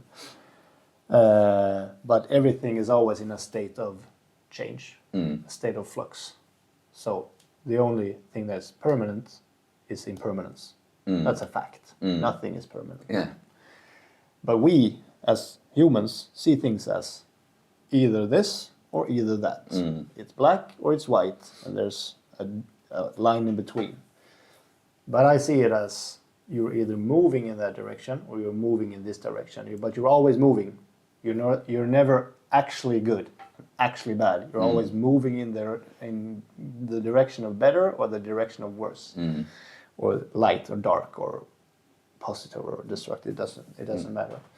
And like the what makes it more constructive to see it as a trinity, 3 parts, is you on the top, overarching these concepts, and you can see it with a perspective. You're not in this sliding scale, like you can see yourself.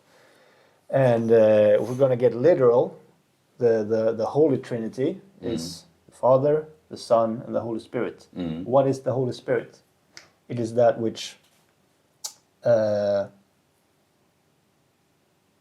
observes the parts of you, like the observer, the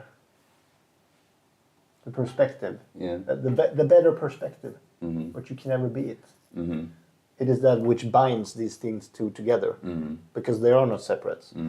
When we conceptualize things as duality, it's so monotonous. Like this, it's monotone. I'm sorry. It's just like we conceptualize things as either light or dark. Yeah. But it's a sliding scale. It's a bit one-dimensional. Exactly. Yeah. Even the fucking, this. Yin-yang. The yin-yang symbol, which is the symbol of balance. Yes. It's a duality. There's one side of the coin and there's the other. But the frame around it is the third part. Yeah. It's what binds it together. And if we're going to talk about masculine and feminine, like you have regardless of what your spiritual beliefs are or your religious beliefs, if a holy union, like between the masculine and feminine, will ever be able to be unionized, or whatever you want to call it, they have to be brought together in union underneath something larger that they both believe to be true, the higher truth. And that higher truth, it doesn't matter what it is, as long as it's the same truth for the both of them. Just like you, me, and our Holy Spirit. Yeah. Our Holy Spirit right now is our values, our common ground. That's what we, that's why we come together. Yeah. So with balance and trinity, just you said men and women, it's kind of, there's one pole, the masculine, and one the feminine. Yeah. But then the third aspect is when they come together, Yeah. Because you literally, sex, you kind of literally become one then. Yeah. And I think that you produce a third. Yeah, that too. And do you know that in numerology, that, it's not something I care too much about, but I give it some credit because clearly this is a universe of math, of numbers. It's not something we invented. But I know that within numerology, number one is the masculine number, 2 is the feminine, 3 is the number of the child. Yeah. But what I mean too... we have the masculine, we have the feminine, and when they come together, they produce the third. Yeah, exactly. The child. Yeah, but and as I told you once in writing, in just any relationship, there's always you, I, but also us, we, Yeah. And this is what I think, the duality, the cool thing is that the duality, it cannot be denied that there are separate aspects, but it's like, that's what the thing with a relationship again, we have a friendship, there's something that is you and I together, but we are at the same time two separate things. Yeah, you have your identity, I have my identity, but between us, we have a identity. Yeah.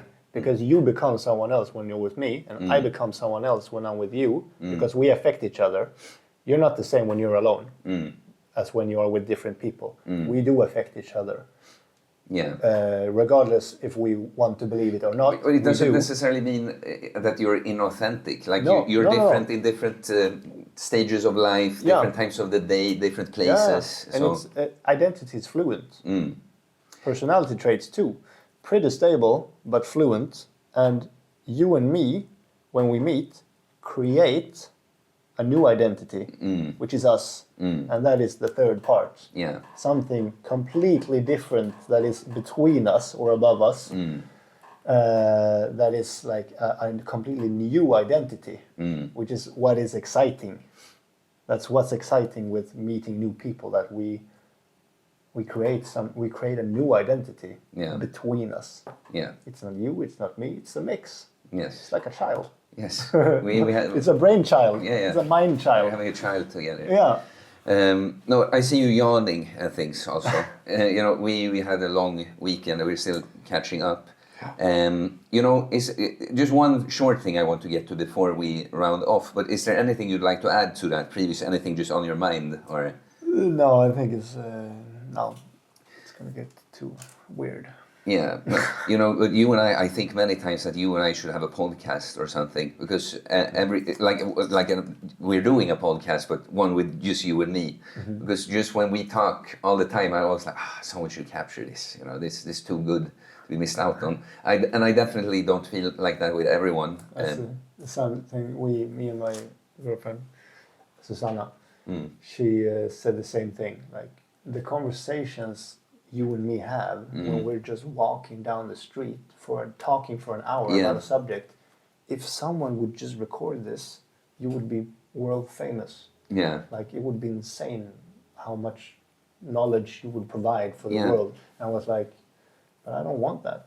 I don't care for that. That's not my goal. That's not what I want in life. Like, but she said the same thing. And Henrik said the same thing. Like we should just record our conversation, which is a podcast. Yeah. We're just recording a conversation. It doesn't need to be super strict or structured or, it's just like if someone would just record an everyday conversation over coffee. But you said you don't want that. I've just never wanted that. Like some people actually do want that. Some people... But just to make it clear, what is it that you don't want? I don't know. No, I just never wanted that type of attention. Mm-hmm. But you have an attention deficit. Yes, but not. But different kinds of attention. Like, are we going to get into this? Sure. Okay. I have always had a deficit of female attention, not masculine. I don't care about masculine attention. I don't care about your attention. I'm sorry. I'm sorry, bro. Okay. I'm sorry, bro. I mean, it's kind of the same for me. Yeah, so, yeah, but you understand what I say. Yeah. Like, I've never cared for masculine attention because I haven't been starved of masculine attentions. I've always had masculine attention. I am masculine attention. Masculinity is attention. The feminine seeks attention. The feminine in me seeks attention, not the masculine in me. I'm full. I don't need more. But I've always had a deficit of feminine attention because I never had a mother figure present. So what I seek when I say I need attention is feminine attention. But getting attention from like the internet. So that's why you don't care, because this audience is like 98% men. Yeah. So I don't care actually. No, but yeah, I don't seek it. It's not that I don't want it. I don't seek it. No, I understand. I lean more towards But also craving feminine attention, which is my downfall, which is I'm literally addicted to feminine attention, which I'm not saying it's good. No. I'm just saying that it is what it is and I'm working on it. But that's the way it is.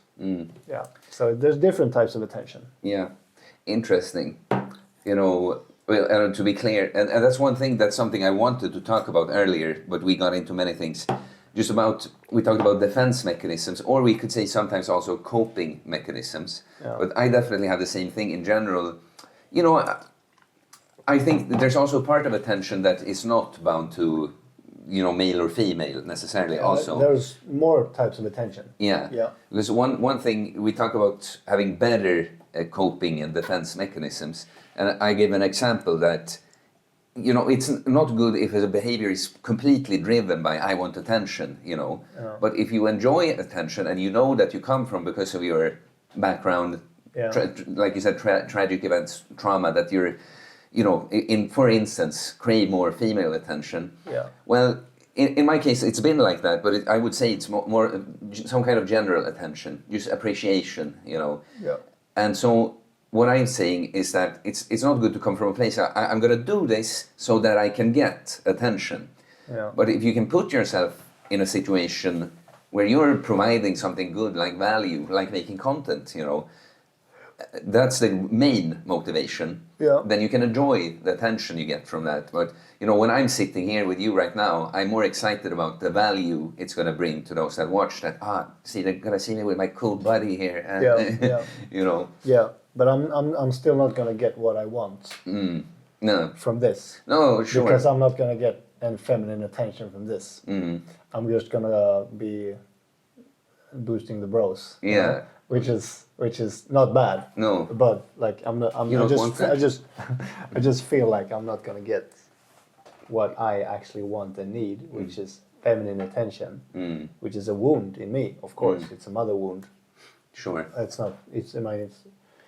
It's not magic, it's science. I know why. But it is what it is. Yeah. Interesting. Are you at the very least happy that you're helping me with a podcast here? Of course. Yeah. Yeah. No, but so, you know, because we can, as you see, we can just accidentally open up something super deep and interesting like that. Yeah. Just a short thing. Because I wanted just to get, we talked a bit about training and stuff when we talked about you and your background, but I guess a short thing, more on the fitness side of things, is kind of, so me, since I got into the physical thing later, I'm still more focused on bodybuilding. I kind of agree with your thing that I don't want to specialize, but it's like, yeah, I do have one thing I mainly specialize in, but I try to, around that, make as many other things as that happen as possible. But I know that if I had started earlier, I probably would have transitioned into doing something more wider already. And I know that there will come a time when I leave the bodybuilding not completely behind, but when it's going to be more, not the thing I specialize more in. Yeah. And you are already there, and you think more about being a complete athlete. Yeah. So I kind of just wanted to, when you're going to be a complete athlete, what should be part of your physical practice then? Well, bodybuilding. I said there's nothing wrong with building your body, right? But bodybuilding, like the competitive sports, ruins people and society. Sure, but even apart from the competitive bodybuilding, I still bodybuild more than you do, right? But I'm not saying bodybuilding is bad. No, I know. Building your body is good. The old type of bodybuilding, like the old strongman, the old, the golden era, before the golden era. Silver era. Great. That was real building your body and mind and diet and lifestyle and skills. The old bodybuilders could do handstands and calisthenics and backflips and stuff. They were not one-dimensional. Bodybuilders are one-dimensional. Modern bodybuilders are one-dimensional. Bodybuilding is a base on which you can build. Triangle. Yeah. Bodybuilding is a base. If you get stuck on the base forever, you're not going to go anywhere. So it's a great base because everything is built on strength. All skills, all conditioning, everything is built on strength. But there comes a time where you can no longer get bigger or stronger, and you have to start building up. And then you have to incorporate conditioning, coordination, timing, skills, calisthenics, you name it. Actual skills. And when you have a big base, you're gonna have more capacity to build. So I'm not saying it's bad. I'm just saying that you have to develop further after a while. Absolutely. Yeah. So complete athlete is one of my main concepts for training, which is my philosophy. To be you don't need to be, but I think most people should strive to be a complete athlete, not a one-dimensional athlete, because specialists are only good at one thing and bad at everything else.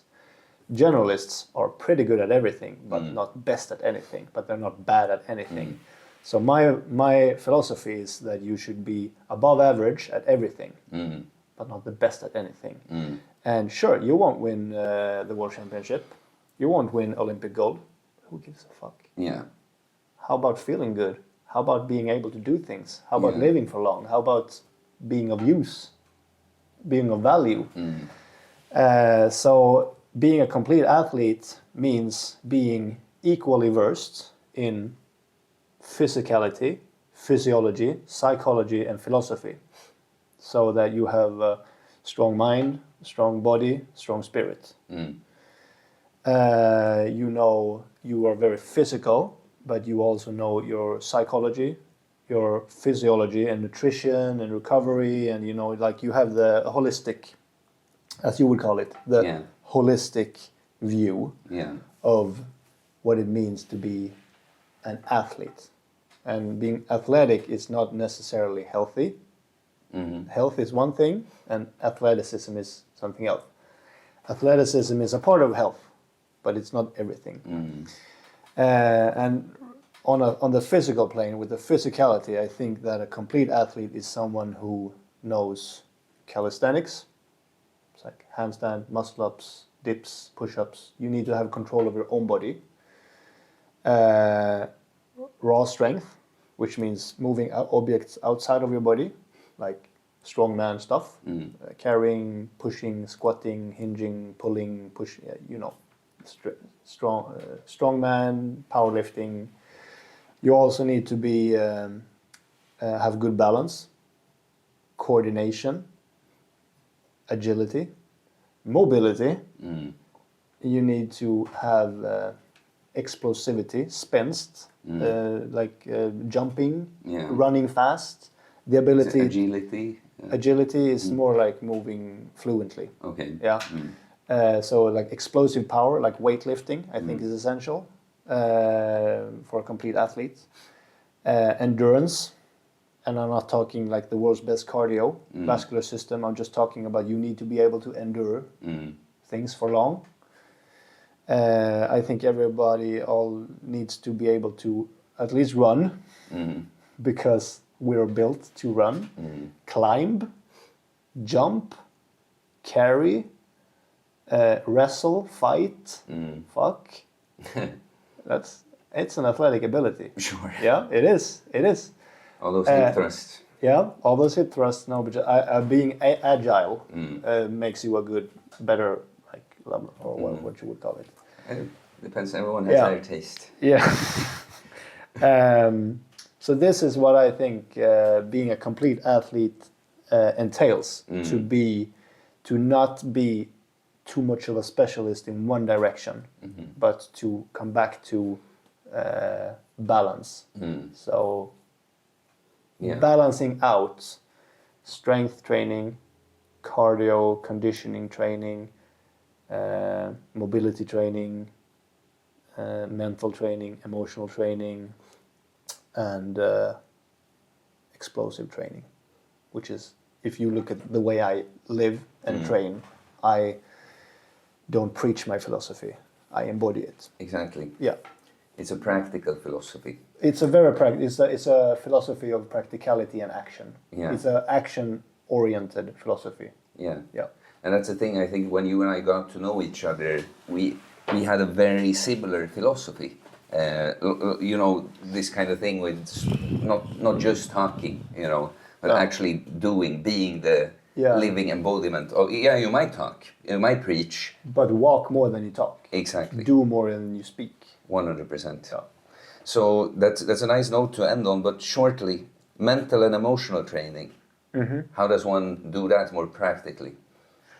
That's a big subject. It is, right? Emotional, fuck. It's like you don't have to, because we don't have time. Okay. If you can, in a short way, describe it. Because, it sounds good to say these things, right? But they're not always that clear. No, it isn't. And it's not that clear to me either. Because my emotional health and my mental health has not always, it's up and down, like for everyone. Sure.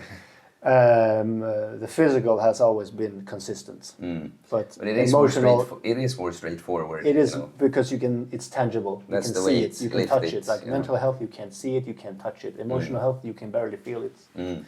But emotional health is about knowing yourself on the inside, feeling what you need to feel, and not being scared of feeling. What? Is it that stoicism or masculinity? No, it's gay. So actually feeling what you need to feel and not suppressing it. Expressing yourself emotionally, like crying, laughing, screaming, being angry, like move through the whole range of emotions, not just one, not just stoic. Good. And as I said, knowing yourself, like looking in, which I would, without a doubt, recommend meditation for everyone. Yeah. Anyone, everywhere in the world should meditate. I'm not saying you should become Buddha. I'm saying sit the fuck down, remove all distractions, close your eyes, and focus on your breath for at least 5 minutes a day. If you don't like it, then you need to do more of it. So a practice of stillness, I think, is the most, and self-regulation is the most emotional healthy part. And mental training, I think, is more about, is also they're tied into each other, of course. So I would still think meditation is one of the best tools for mental clarity and health and stability too. But I think mental health is more external. So writing, like the pen and the paper, is the greatest tool you can ever have for mental health. Write down your thoughts, because mental health is about your thoughts and emotional health is about your emotions, feelings. So if you write down your thoughts on a piece of paper, then you can see them with your eyes. You can feel them. Yeah. Like you take the thoughts out of your head. You externalize something internal. And then when you externalize them or express them, then you can structure them, and then you can start analyzing. Like, that's not a good thought. Okay, fuck that one. This is a good thought. Let's take that one in. And that's how you restructure your brain and your thoughts, and you train your mind by controlling what you think. So that's what I think, like meditation and journaling, hands down, the two best tools you can have, and they're free. They only require time and effort. Yeah. I think that was a really good, short way to answer that. See, you are good at expressing yourself verbally. He doesn't think he's as good at talking as writing. I am better at writing. Maybe, but Yeah, I'm not saying I'm bad at talking. No, I'm not. You're very good at it. Well, there are some things here that I would have liked to get into. The patience, moderation. Yeah. But we don't have time for that. There's the last thing. We have to be patient and moderate. Yeah. And keep that for later. Exactly. But one thing I just wanted to add about the emotional mental training, because you said how they were tied together. Yeah. They always are, all of them, because it is holistic, right? And physical. That's the point. Physical too. That the physical is very much tied into the mental thing, you know. That's why the most important trinity is mind, body, spirit. Or soul. Same thing, spirit and soul. Yeah. Mind, body, spirit. Yeah. You have to train your mind, your body, and your spirit. And your spirit is your heart and your soul and your emotions. Blah, blah, blah. Completely. That's the Holy Trinity. Yeah. Awesome. Well, I think we're done. Are there any last thoughts you want to share with me here? You know, one thing I was going to ask you, like, do you have any advice for me?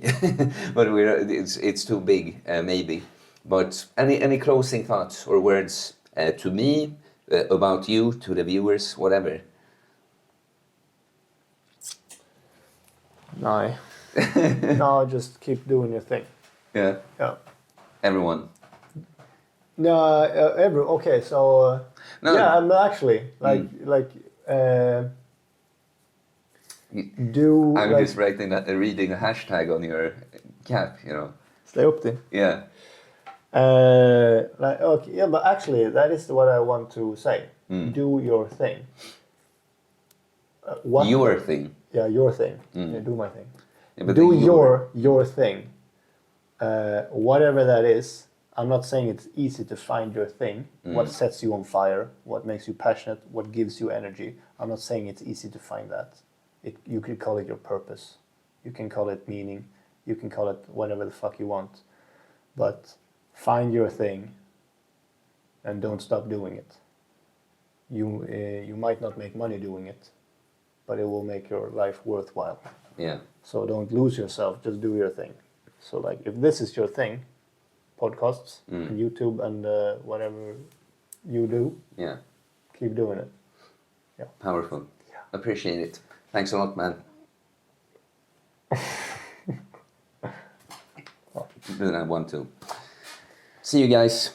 Peace. Vänta, nej vi får köra den.